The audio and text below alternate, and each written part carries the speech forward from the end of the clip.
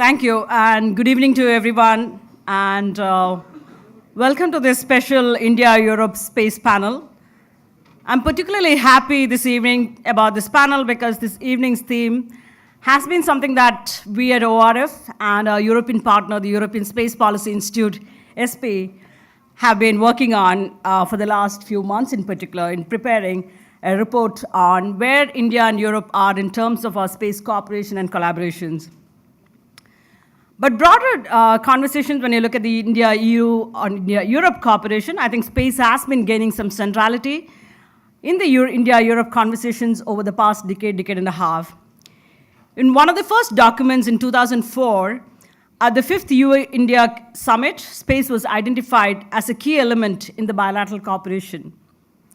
This found further purposeful mention in the India-EU Strategic Partnership Joint Action Plan of 2005, which highlighted outer space as a key area in the first section on economic, sectoral dialogues and cooperation, indicative of the importance of outer space to both India and Europe.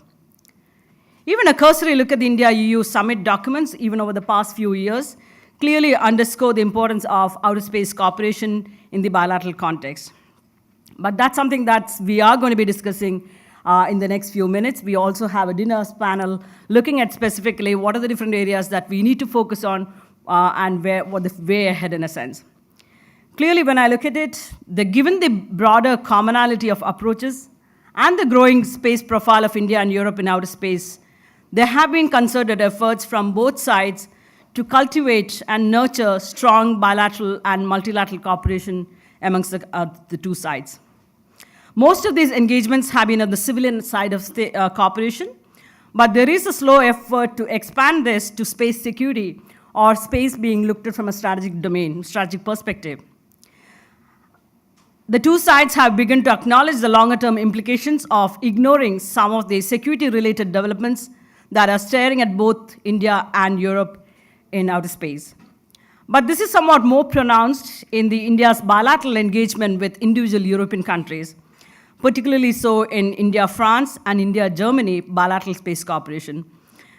But I think I leave it that bit to the panel to decide and debate more in terms of what has been the level of cooperation as of now and where we go from here.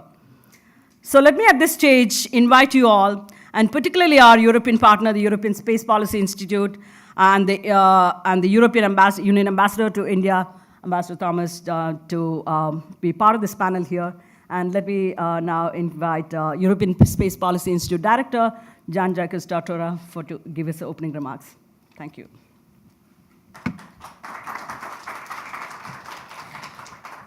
Thank you very much, Aji, for this kind of introduction. And actually, I had the opportunity earlier today to say a few words about the European Space Policy Institute. But maybe what I would like to highlight, it's about the missions of our institute, which is and its main mission is to provide to the European space stakeholders some informed views on the various developments of the space sector worldwide, as well as to come up with recommendations for the medium to long-term evolution of the European space policy. But I would say I do not see or do not consider that European space policy should be elaborated in isolation. European space policy is just part of a broader ensemble. And actually knowing what is taking place, what is going on in the rest of the world is of critical importance. And not only knowing what is happening, but also understanding the rationale behind the decisions that are made by various space powers around the world. And these are boundary conditions that should contribute to shape the European space policy. And in this perspective, I believe that it's quite consistent that ESPI has undertaken over the past 3 years a number of activities revolving around the topic of Europe's space relations with India. And among the most important, we have organized a workshop at the margins of the UN COPROS, featuring the participation of ISRO, of ESA, and also of national space agencies. We had CNES, we had DLR, we had the Italian Space Agency as well, where we reviewed the current status of India's international cooperation with key European players.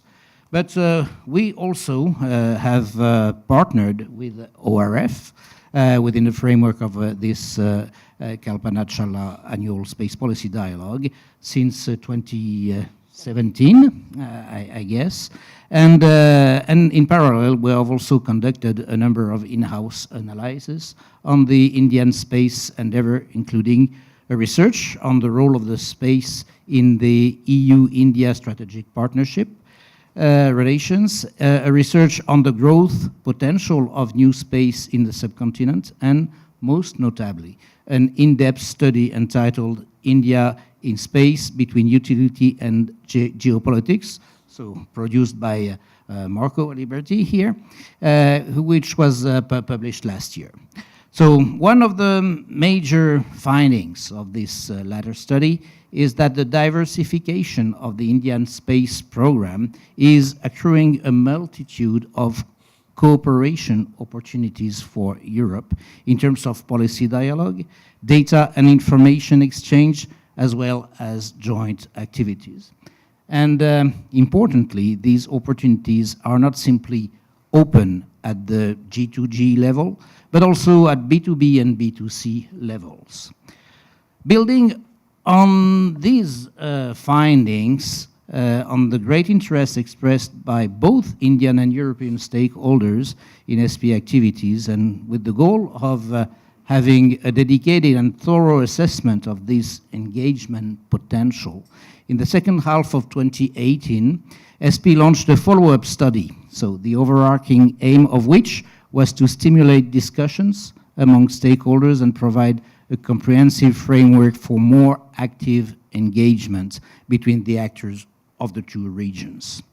As part of these follow-up projects, in June 2018, SP organized a workshop at the margin of the Toulouse Space Show, which gathered several Indian stakeholders to discuss the potential of Europe-India space cooperation at both G2G and B2B level.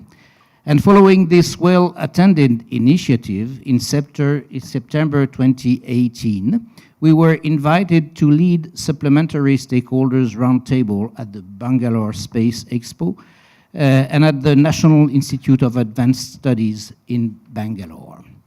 So these events, which featured the participation of representatives of public institutions and private companies from both India and Europe, served not only to draw attention on both sides about the potential win-win avenues for cooperation identified by SP, but also to gauge the views of Indian stakeholders and lay the basis for the report that we are releasing today.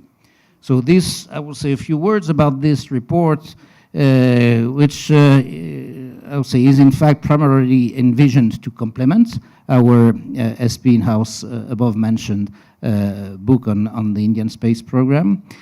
But this overarching objective is also to raise awareness for avenues of mutually beneficial space cooperation. The various contributions from Indian space experts contained in this SP study aim to first review the current status of engagement over space matters between Europe and India.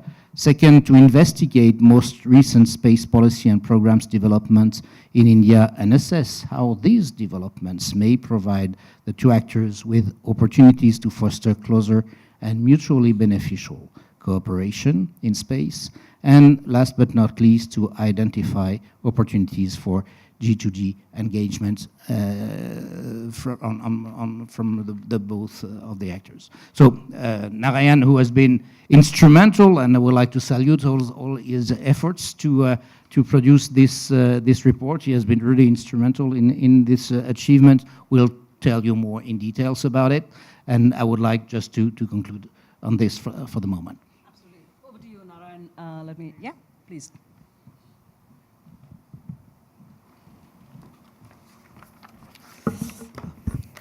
Okay. Thank you very much for this opportunity. It's been one very long as well as effort-driven year of work, and more than by myself, I think there's been a lot of contributions from several of my colleagues from India who have spent a lot of their time and effort in driving this research, as well as helping us compiling this work. As Jean-Jacques mentioned, the inspiration for this report came about by the work of Marco and his book on India's space program.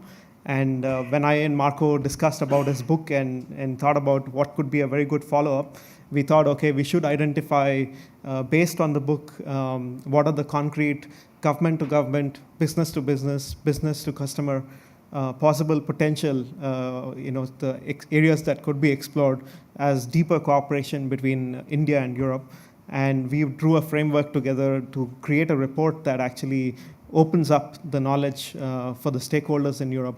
So since I live in Europe, I know that several of my fellow Europeans there, they don't really understand the India ecosystem very well because, to be very honest, most of them think space in India is ISRO and that's about it. So for us, I think the opportunity there was to project something that create a foundation of knowledge which tells them in a very brief and concise manner as to what are the concrete opportunities and what has been the historical context and what is today's current context, as well as what is the future potential for them to do things. So based on this kind of creation of the framework, we identified some of the potential experts within the Indian sector who can bring out this information very clearly. And we were happy to string together a group of experts who agreed to work with us and create this report. So basically, what this report presents is, as an introduction, we actually provide a very concrete information on all the recent developments in the Indian space program, the missions that have been carried out so far, and what are the current missions that have been planned in all the activities in terms of satellites, rockets, and so on. And then we look at what has been the recent evolution of the industry, what has been the recent trends, and what are the current happenings in the industry. With that, we identify what is the current roadmap, as well as what is the current roadmap for the industry, as well as the space activities. Based on this, we actually had to review what has been the historical government-to-government cooperation, just to set the framework for the stakeholders in policy making. And we had to review it at the EU level and as well as the state-by-state level.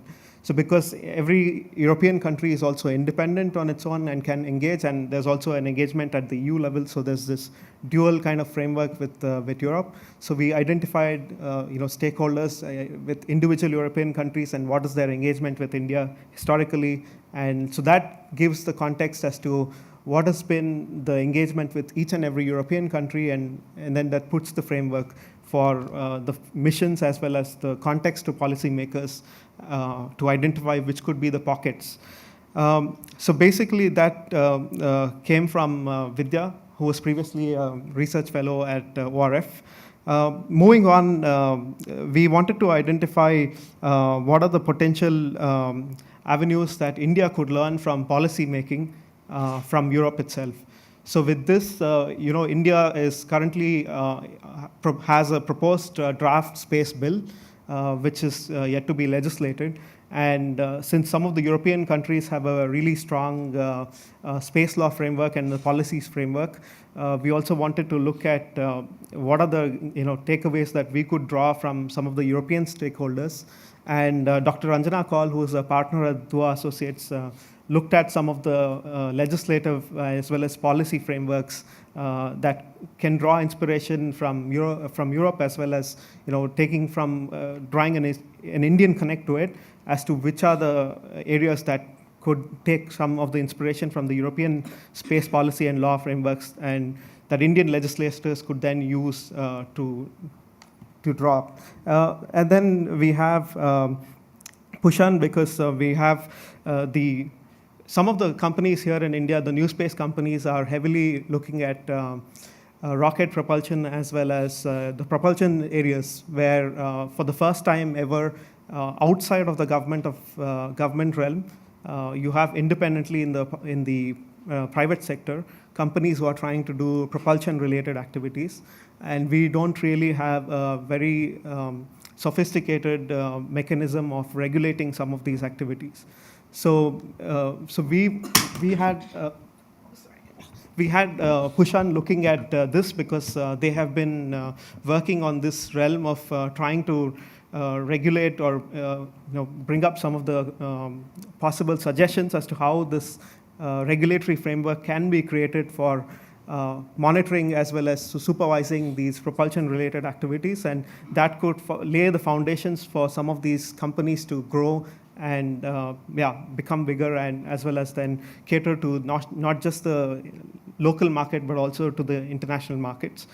And then, SATCOM is again one of the biggest markets, and this is also one of the most cluttered market in terms of information because every country has a different framework, and most often India is looked at as a closed market because people just say, oh, there's no open sky policy in India, so it's a closed market, so forget about it and move on. So we wanted to also declutter that in a certain way, and therefore we had Kriti look at that. Because, and of course, SATCOM today is becoming more and more broader and moving away from the traditional just the DTH framework to now getting into broadband and IoT and so many other possibilities. So essentially, and also with the recent Government of India policy to open up 100% FDI into the SATCOM realm, it was important for us to review that and propose, what are the current developments and how, the future stakeholders could look at reinventing themselves into the SATCOM business. So that was provided by Kriti. And then, of course, remote sensing with the whole small satellite revolution and all the data available through Copernicus and so on. So it has really created a lot of new entrepreneurs looking at remote sensing based analytics and intelligence products. So India has been working on the legacy remote sensing data policy, and which governs some of these remote sensing businesses. So therefore, we wanted to have that covered in the report, and we had Ashok who looked at this particular angle and who made a very concrete study on what is the current status of the geospatial policies in India, as well as what is their impact on the ecosystem and what we could learn from other ecosystems based on, and then made concrete recommendations on how we could improve that. And one of the new programs in India, of course, based on the diversification of the Indian space program, is the navigation program. So the navigation program, as well as the scientific programs, the deepening of those missions in India are a new factor. And therefore, they are now alive after 15 years of development, which means that we can expect a very large adoption of indigenous navigation-based products and services in the country. So therefore, for us, it was important to review what is the current state of the navigation satellite system products and services, and how they could be expanded based on India's own indigenous developments. So the chapter on navigation is written by myself, and it takes a look at what has been the historical context, and even because we had some early negotiations with Europe on this with respect to navigations, and then now we've created an independent system. And then the most recent news is, of course, there's been relaunch of some of these negotiations. So there is an interesting context because navigation with India is currently limited to the 1,500 kilometer area around the Indian subcontinent, but there is potential to cooperate with countries like, within the EU framework, for example, to expand this navigation capability and so on. So this was reviewed from that, from the policy framework as well as from the products and services frameworks as to how can Indian policymakers catalyze the adoption or creation of products and services in navigation by creating some sort of incentives for people to locally adopt IRNSS instead of GPS. And then we looked at the critical space security cooperation, where Raji has assessed what has been India's space security issues, as well as from the lens of the European stakeholders, and then what are the opportunities where Europe and India can find a way together in space security. And one of the most interesting and emerging areas in space is, of course, cybersecurity. Not many stakeholders understand cybersecurity nationally or even locally, for that matter. So therefore, and also cybersecurity has been in the trend, and people are still looking at how can countries actually cooperate in cybersecurity. So with a chapter from NIAS, the team from NIAS, Dr. Rajaram Nagappa and his colleagues there, they have given us an initial blueprint as to what are the core issues in cybersecurity and what are the potential avenues for a country like India to cooperate with other states, with the European states on some of the issues in cybersecurity and so on. At the end, we know that beyond traditional space, there is new space that people are looking to. And there is, of course, new space in India with a dozen companies or so who are all looking to grow independently and make products and services that can not just serve in the Indian market, but go beyond. And at the same time, we also have new space in Europe where people are trying to find ways of internationally collaborating. So for us, it was important to reflect or show people as to what is the current new space landscape in India, as well as what is the potential for collaborating with stakeholders in India. And we strongly believe that there is possible synergies where the European competencies and the Indian competencies can kind of work in a catalytic mode and can complement each other and kind of catalyze this new space movement. And through all of these chapters, I've had a lot of support from Marco, who's my co-editor, and I thank him a lot for his cooperation. And I, of course, thank Jean-Jacques Tortora, because without his support, we couldn't have never released this report. And through this process, we also launched a couple of events for which I have to thank Matthew, firstly, and because he helped us put an event together in Toulouse. And I think I also have to thank the Secretary of the Government of Kerala, who's here, Mr. Sivshankar, because I think he's also probably the first state government secretary who made it all the way to Europe to discuss something on space. So, and at the end, I shouldn't forget Raji, because she's helped us be here. I hope this report is available on the SP website, or will be available on the SP website, and is available for downloading for free. So please feel free to read, and if you have any comments or suggestions or pointers for us to take, or for future reports that we might write, we welcome you to send it to either me or Marco, and we will be happy to discuss it further. And with this, I would like to invite the EU ambassador, His Excellency Thomas, I'm sorry, Kozlowski, so to help us release this report before he makes the speech. How are you going to do it? Yeah, but we have to start.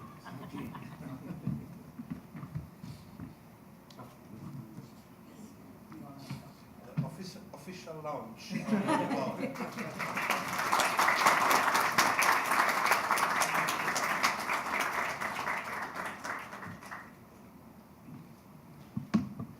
Thank you. That's my pen.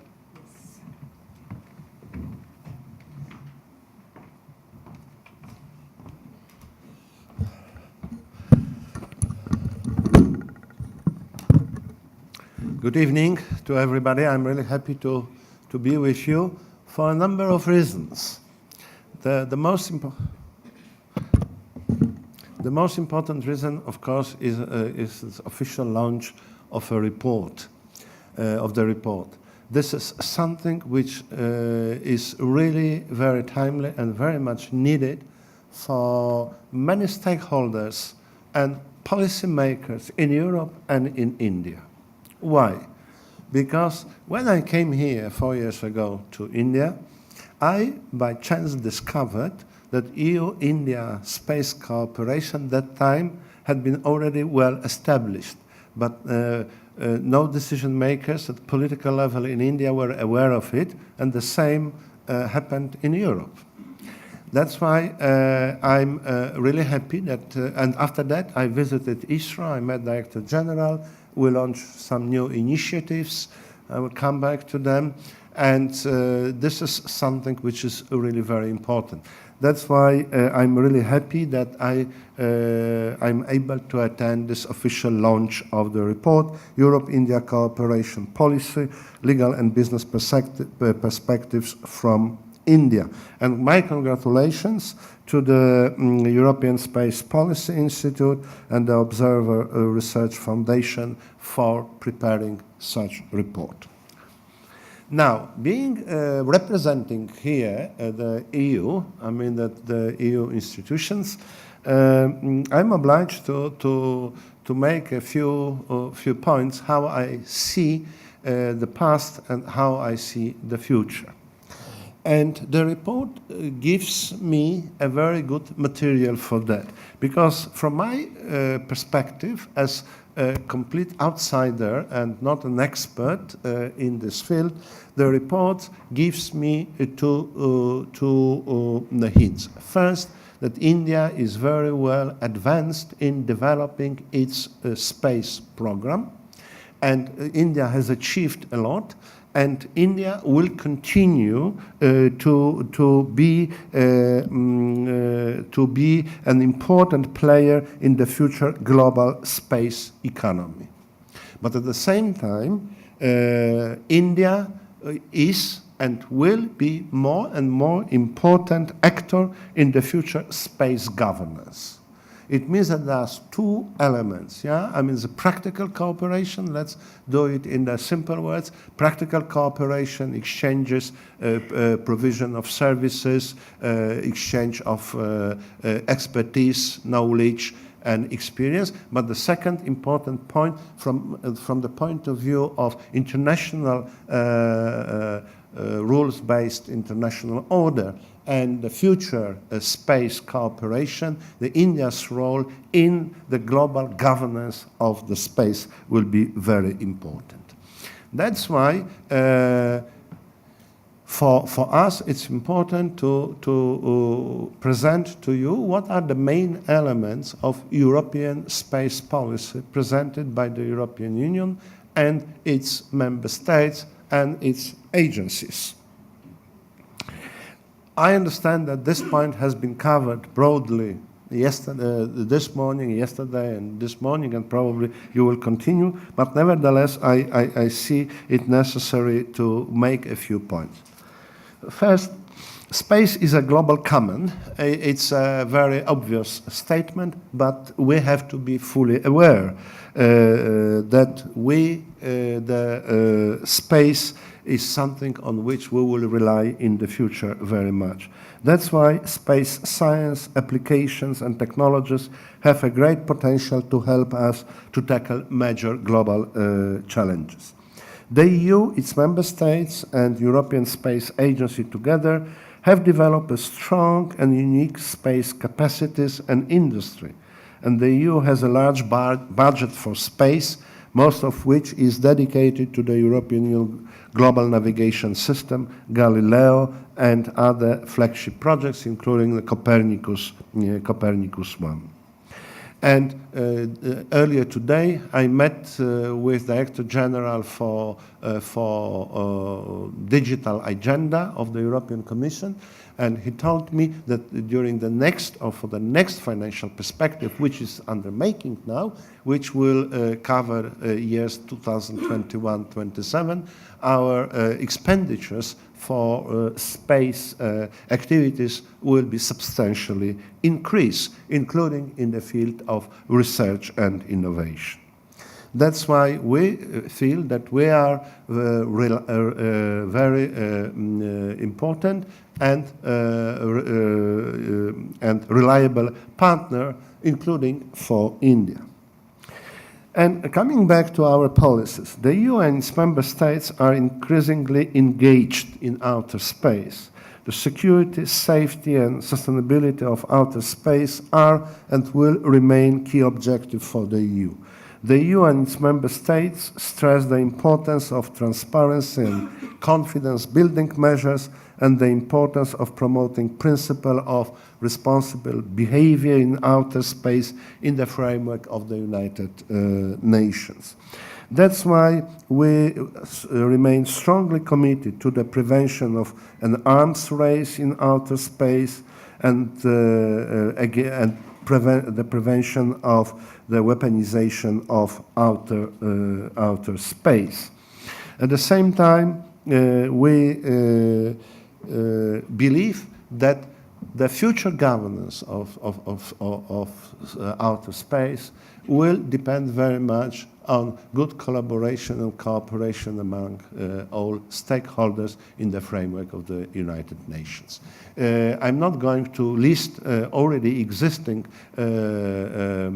guidelines, rules, and provisions and resolutions related to this issue, but I'm absolutely convinced that we need to continue working in the future for making outer space governance more predictable, reliable, the regulation framework which will allow us to prevent unexpected or dangerous development. And we have a very clear established policy on it, and we are going to cooperate with other stakeholders to achieve our objectives in order to address security, safety, and sustainability of outer space activities. And in addition to that, what is very important, and I fully agree with Mr. Narayan, that we have collected a lot of experience in the form of regulatory framework, even for commercial activities in outer space in Europe, and we are absolutely ready to share our experience and to discuss it with the Indian government. That's why when we decided to put space as an important element for EU-India relations, at a certain moment we came into conclusion that would be very much needed and very much useful for both sides to launch a space policy dialogue. Being important players, both commercially and politically and as scientific actors, it will be extremely important if we would be able to join our forces together, putting together Indian and European potential, having in mind that we both are in favor of rules-based international order. We are in favor of multilateralism and under current uncertainties all around the world, to make such statement that we are fully devoted to multilateralism and rules-based international order is a very important statement which was underlined during the last EU-India summit. Such statements cannot be expected from many other international players. This is something on which we need to build. That's why our proposal to launch a space dialogue remain valid. The second aspect of our cooperation relates to more practical cooperation. And I don't know if you are aware that the first agreement, cooperation agreement between European Space Agency and ISRO was signed in 1978.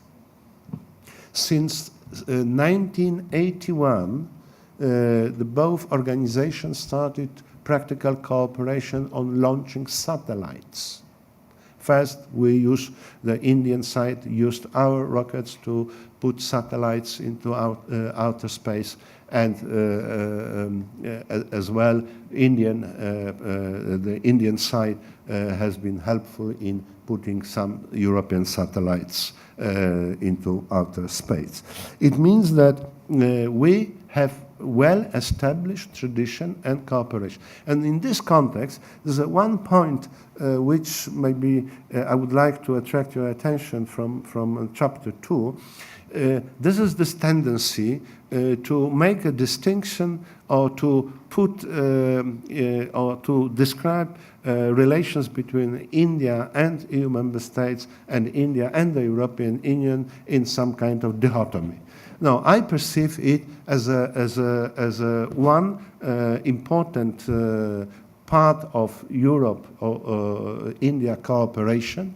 And for me, even as I represent the European Union, it's not a problem. And even I'm very supportive to develop a bilateral cooperation between India and EU member states, and at the same time between the European Union and India, because the competences and of European Union and member states are different, expertise might be different, and don't forget that the European Union consists of EU member states, and the European Space Agency is an agency which represents all EU member states. That's why we have to look at it more from the point of view of complementary than any kind of competition. There is no competition in this context.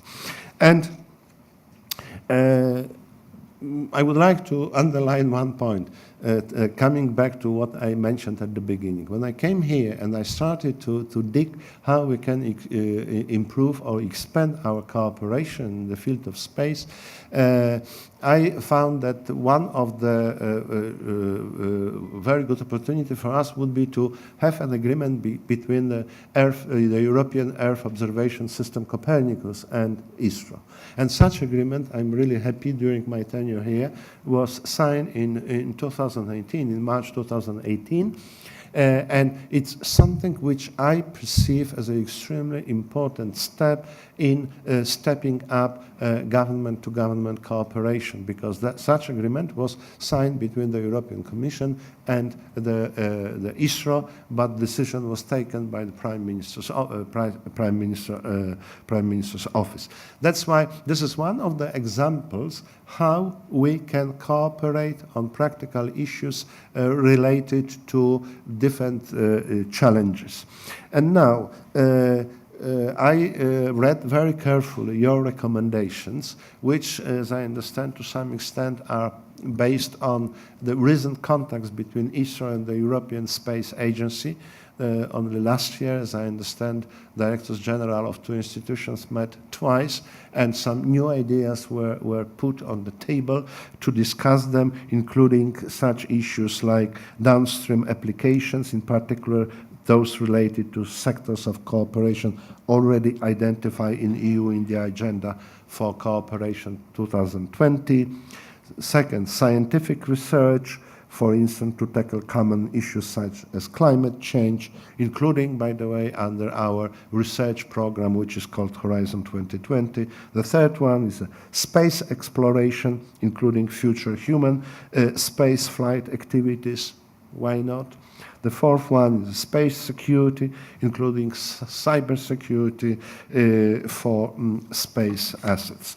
I'm not telling that we are going to have to establish such practical cooperation, but I think that such suggestions are very reasonable, and I'm happy that both European Space Agency and ISRO are engaged in discussing practical cooperation. That's why, before concluding, first, the European Union is very much interested in expanding its space cooperation with India. As you mentioned, for the first time at the G2G level, the space was included into summit documents in 2004. And I was happy to be present at that summit meeting in Den Haag in November 2004 when this decision was taken. And later on, such political commitment by both sides was repeated on a number of occasions. And lastly, it was done during a summit meeting which was held in New Delhi in October 2017. It means that from the point of view of political declaration and political commitment, everything is in place. It means that the governmental offices, agencies, and private sector they have all right to go ahead. And concerning practical cooperation, as I mentioned, there's a first thing is a policy dialogue, because it's very much needed under current circumstances, and on the basis of political declarations made by our leaders, and the second one, practical cooperation. This is for you, for experts, to decide. But we have this avenue for deepening our cooperation between India and both European institutions, European agencies, and European member states is absolutely open. It means that hereby I declare that we are open for further cooperation, and I will be really very happy to see further developments in this field, which will have a practical meaning not only for our political and security cooperation, but as well for one of the key objectives of EU strategy on relations with India, cooperation on sustainable modernization. Sustainable modernization both in Europe and here, because in the future we will depend more and more on cooperation in outer space. Thank you very much, and once again, congratulations.